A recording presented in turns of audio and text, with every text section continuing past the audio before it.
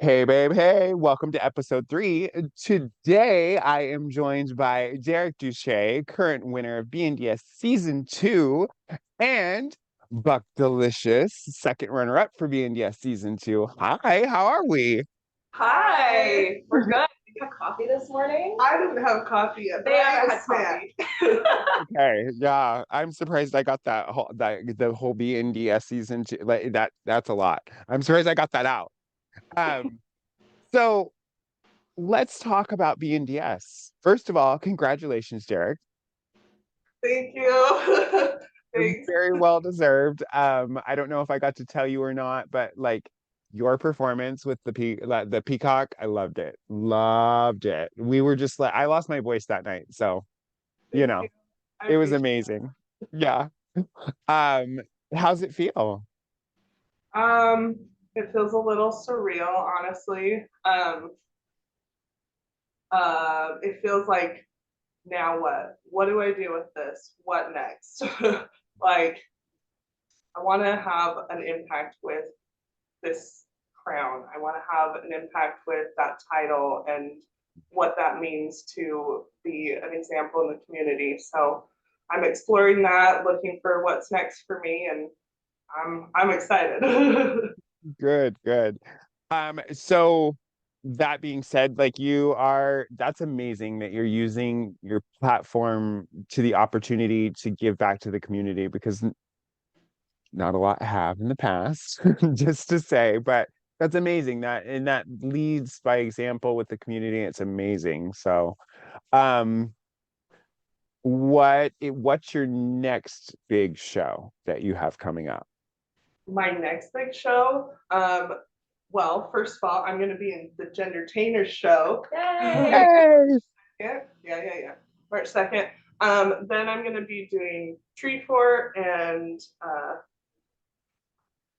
the queer show, a la queer. Yeah, Yeah. it's gonna be so much fun. So I have quite a few coming up, and I feel a lot of pressure to like give something big, and I'm like, what am I gonna do that's just as big? I feel Well, that. yeah, we were talking about this the other day. Yeah, we were That we were talking about it because like yesterday I had or Sunday it was or Saturday calendar. But Saturday I had It's Got to Be Rio, and I literally was talking to Dee about this, and I was saying like I feel like I need to keep adding shit. Yeah. And I was like, I feel like, oh my God, it's not big enough. It's not like, oh my God, like I have to top whatever I did in competition. And Lady D was like, you aren't competing anymore. It's fine. You can just there's have no. That's no more literally judges. all right. Something bigger, better. Let's go. Right? We are elevating.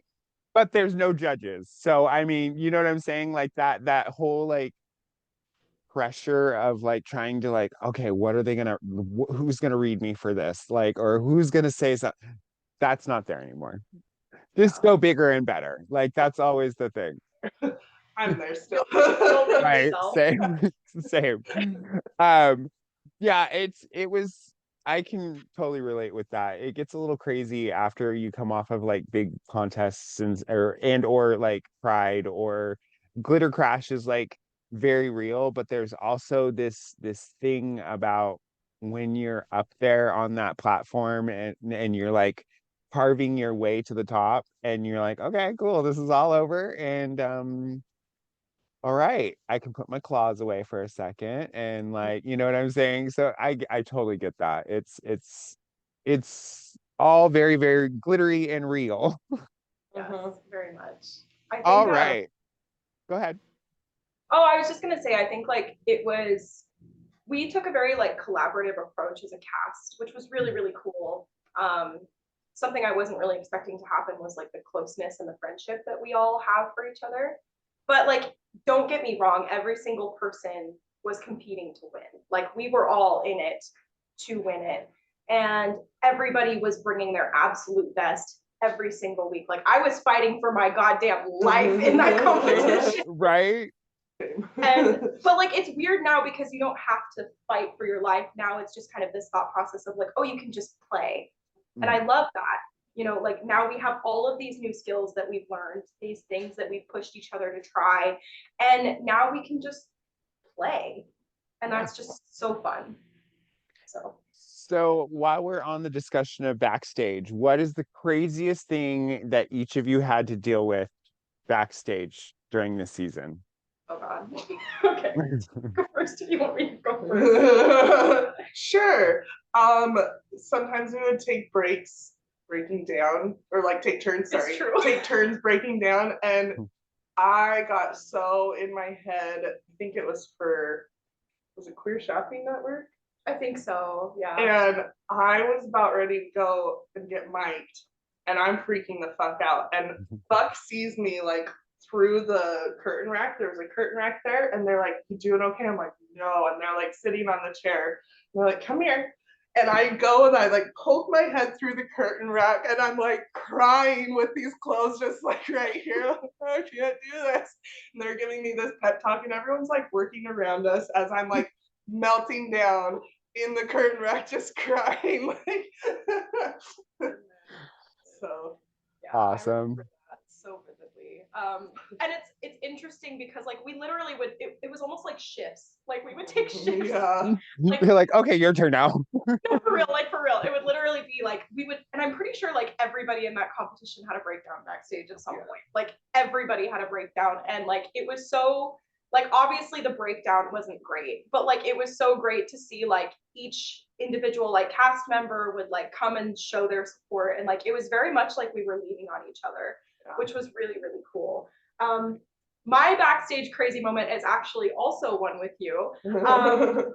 There was a moment where like I was like sure I was in the bottom. I was like I was in the bottom actually. I was in the bottom. It was the week I was in the bottom, and I was like freaking the fuck out. And it was before I had even performed, but I was like, oh my God, I'm gonna be in the bottom. I'm gonna disappoint my mom. I had dedicated that week's number to my mom. And I was like, I'm gonna, you know, I'm gonna disappoint my mom. Like, I'm gonna, you know, it's gonna be bad, and I'm gonna be in the bottom. And obviously, like, it was a good number. I was really happy with it. But in my illogical anxiety brain, I was like, I'm the worst, and I'm terrible, and no one's gonna like this. And Derrick like grabbed my hands, and they looked me in the eye, and they were like, it's you and me. It's gonna be you and me. We're gonna get through this together. Like, it's gonna be fine. Like, you're going to be okay. This number is important to you. It's for you. It's for your mom. Like, and they just had a lot of really kind things to say. And they were like, listen, like the only thing that matters right now in this moment is you and me. And I was like, shit, that's really grounding. And it was just this really like loving moment of connection. And I really loved that. That was awesome. Crazy because like we went into this competition, like we knew each other, but we weren't like super duper close. Like of course we're friends, but like we weren't like really good friends. But like they are the best thing that I got out of this competition. Like they are such a good friend and so kind, and it's just been such a pleasure to get to like be this close with somebody in such a short amount of time too. Like it's only 5 weeks, but like it's 5 weeks of like day in and day out. Your whole life is drag. Your whole life is this cast, and it's something really special, I think. Oh, I love you. I love you. We're in love. We're in love. It's fine. That's so sweet. I love it. I think the entire season and cast was like that because the very few weeks that we had leading up to that, we were kind of freaking out similar. And everyone was just like, no one can do you like you. Just exactly keep doing you. And that was the theme. No one can do you like you. It's true. So get it. Nice. I'm gonna make a t-shirt. Do you like you? I would wear it. Right. Were there okay. Costume malfunctions. Oh, what didn't the audience see? What was going on that we didn't even notice? What the fuck didn't happen with costumes? Listen, okay, so I'll fucking start. Let's talk about my goddamn Icarus wings, okay? Let's talk about it.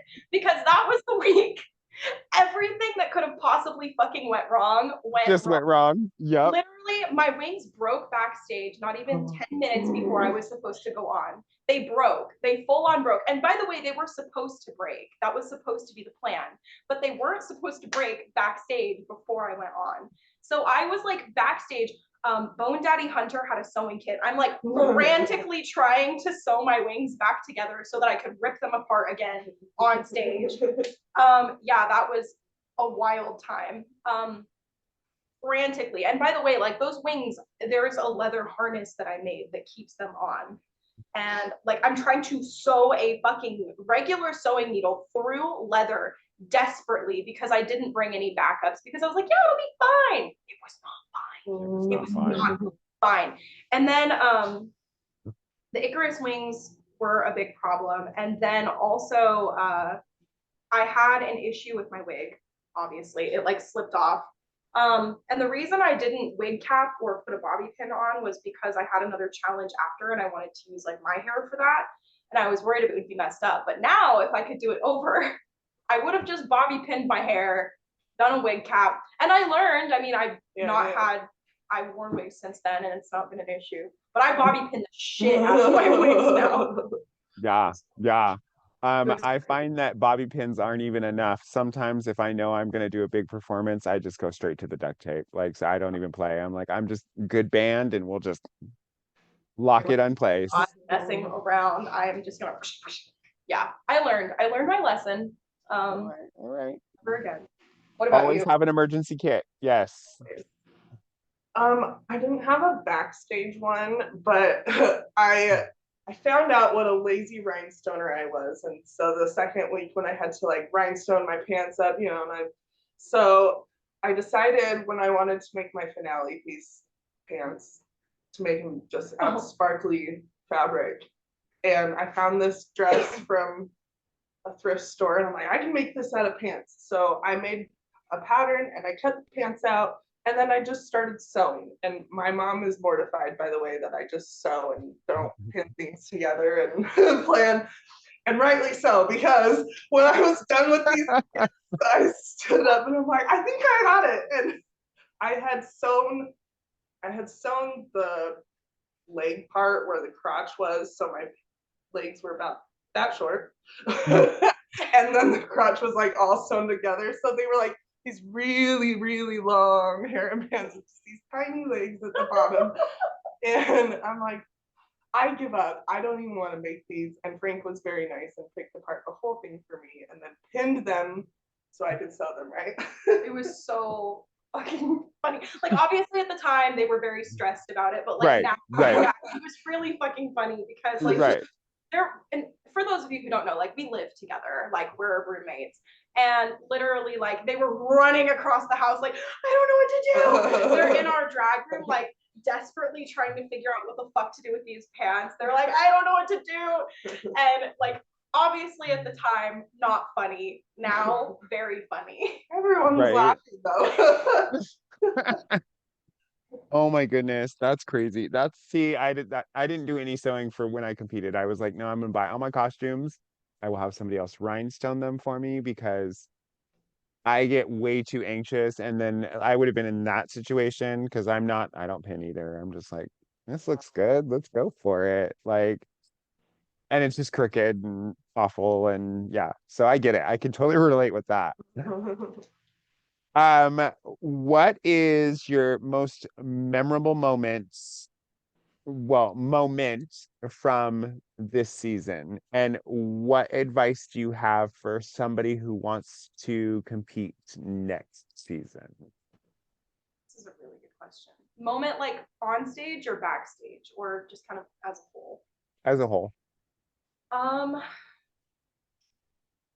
a really good question. Do you want to go first? I mean, there's so many.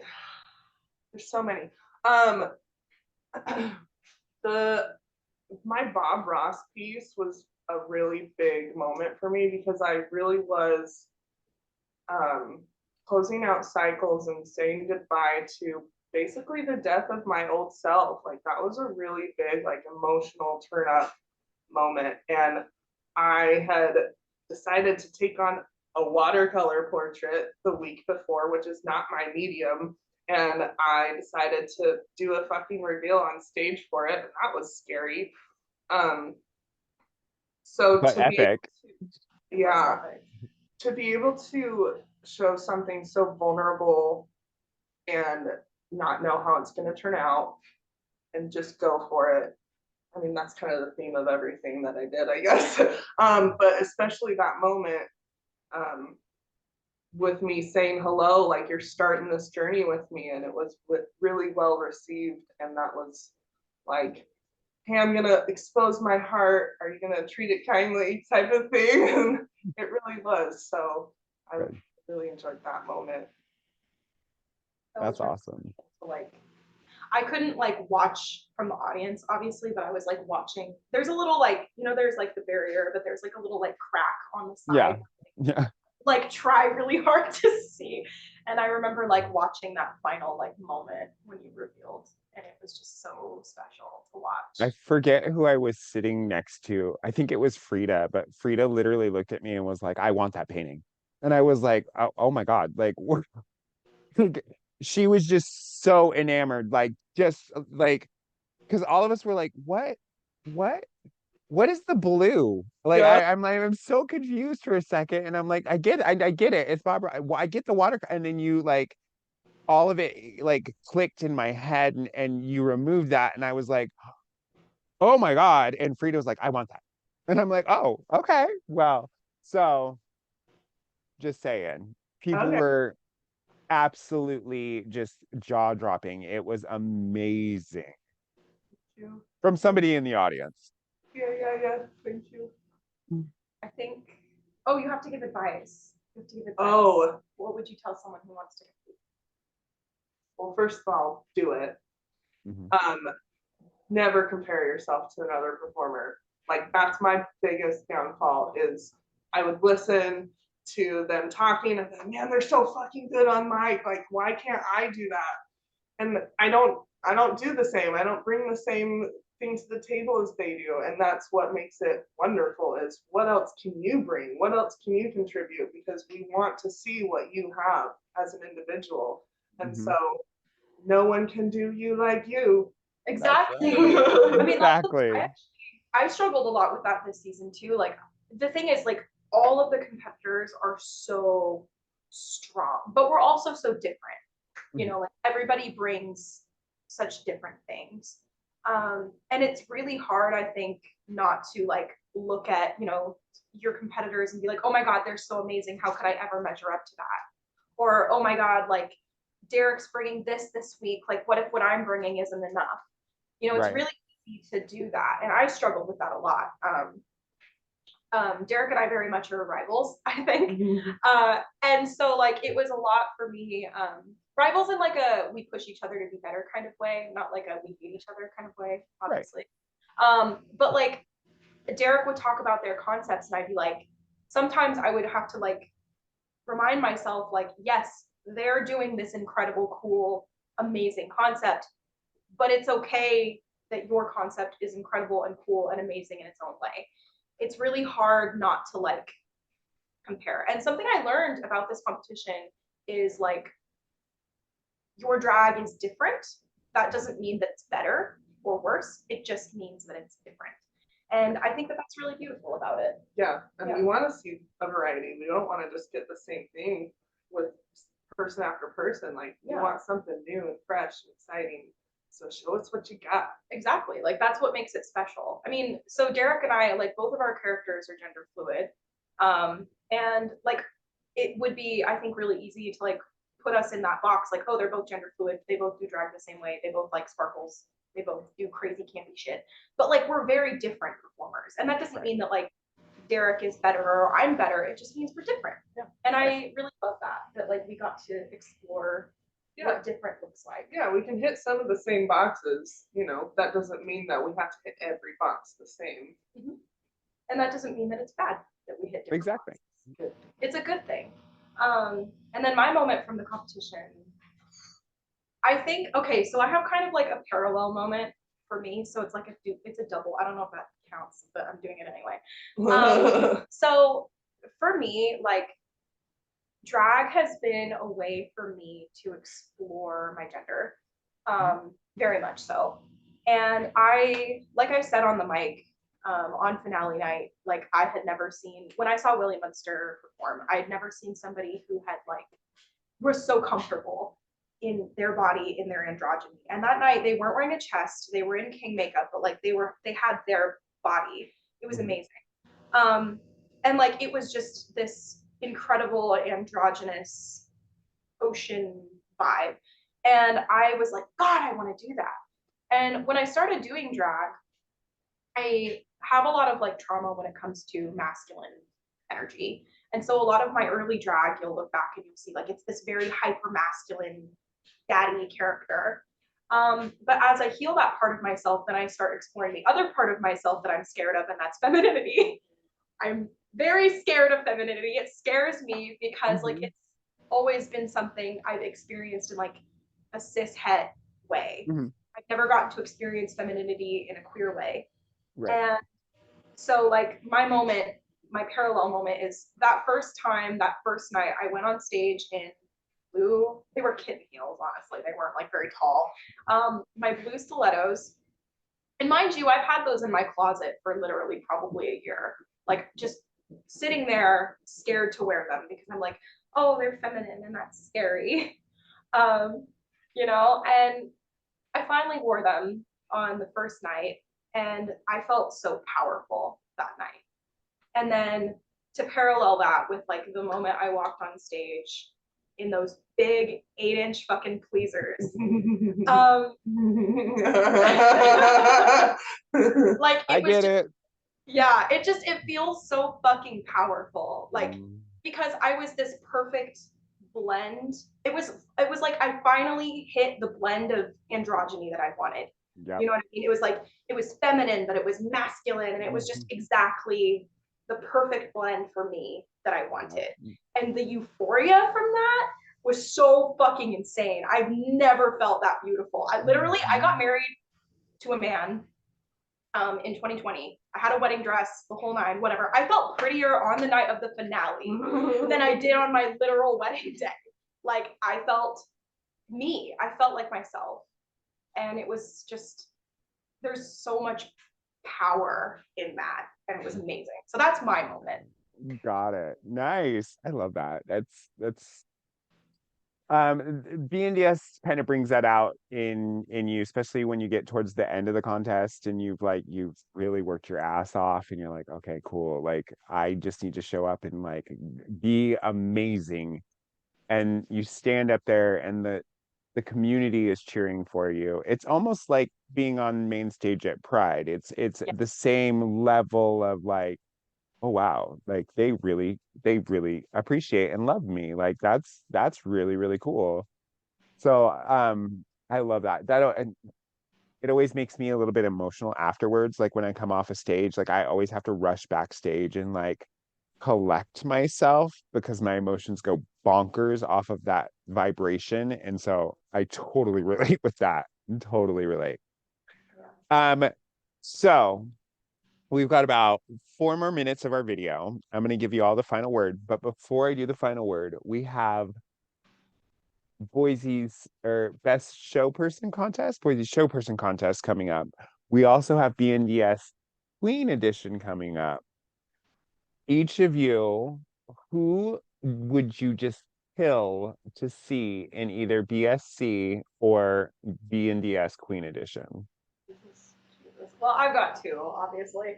I mean, first of all, I know you and I have talked about this. I would kill to see you to do BSC. Like, I would kill. It would be that would be, yeah.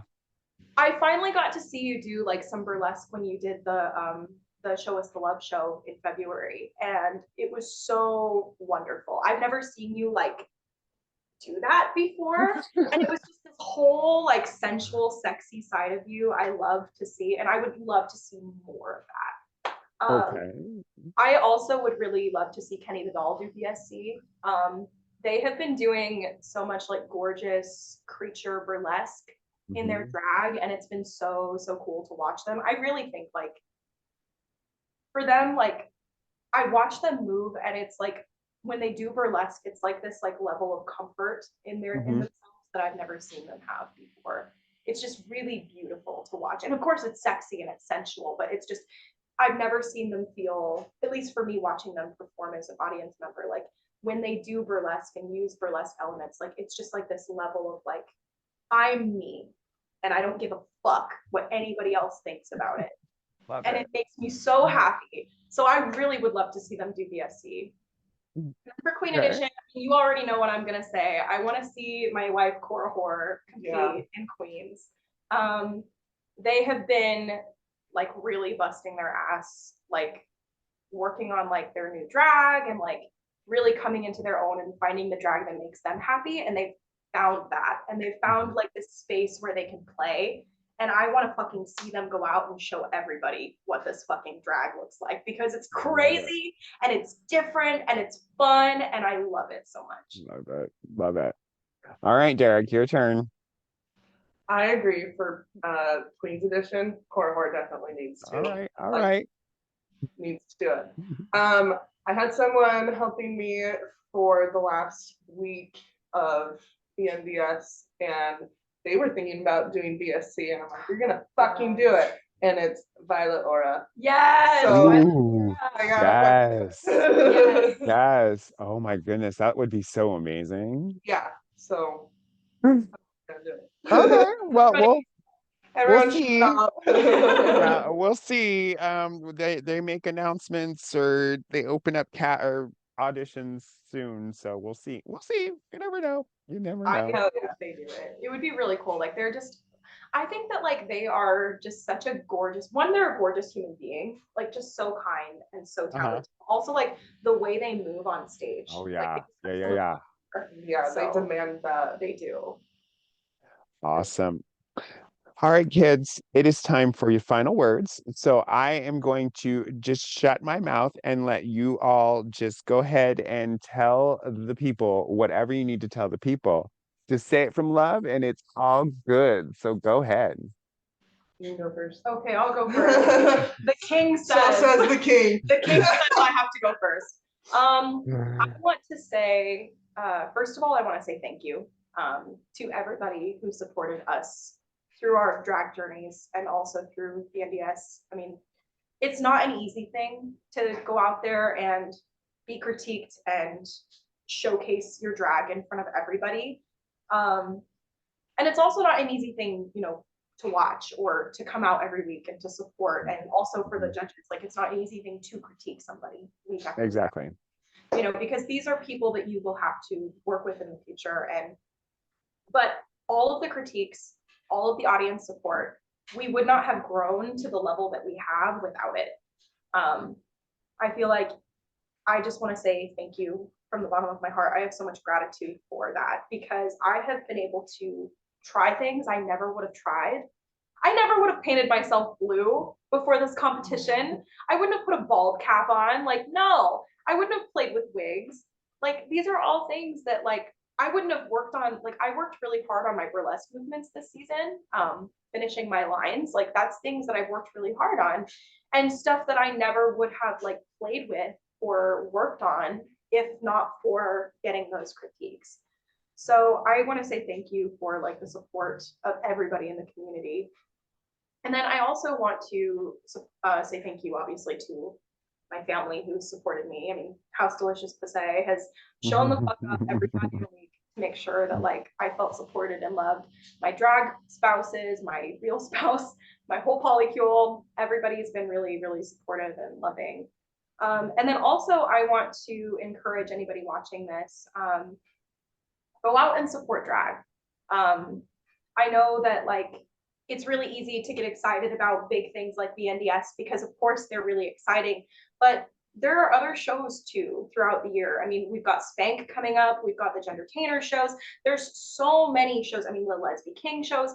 There's so many shows throughout the year that really need the support, because all of that art is valid. There's so much good art going on in our community. And I want to make sure that we take the time to really go out and support that. So anybody watching, just make sure that you're supporting local drag. I mean, we really need it right now, but like it is truly a gorgeous community with gorgeous artists. and you will be happy that you did. Yeah, your turn. I definitely want to echo thanking the judges and all the feedback and the support out of this world. That's been a pretty big impact for me, so I can learn to feel safe asking for help. I didn't know how to do that, and this community has been a very safe space for me. As I'm healing through my drag and performing, I'm realizing how traumatized I was by the masculine role and the feminine role, and finding that happy medium for me. I'm realizing I have a lot of learning to do. I have a lot myself to do. I am an imperfect learner right now, and I'm looking for all the education that I can get from the community and the help and support to use my voice to get allies, to get more support, imperfect as they may be too, because that's been my biggest thing. Like, I don't necessarily know how to talk about this or have the right verbiage for it, but I don't need to know. I need to know. I want to learn, but I don't need to know right away. I can be imperfect and learn and be educated. So that's my goal. Anybody who wants to spread knowledge to me, I'm looking for it. I'm searching for it, and so I want to, I want to expand my mind and my knowledge and help others, and doing that through drag has been a really cool experience. To be able to tell the stories that I'm feeling and learning, and that it's well received. And I think that we can hit that on several different platforms for people. I'm not super eloquent. No, yes, you are. I love that. That was awesome.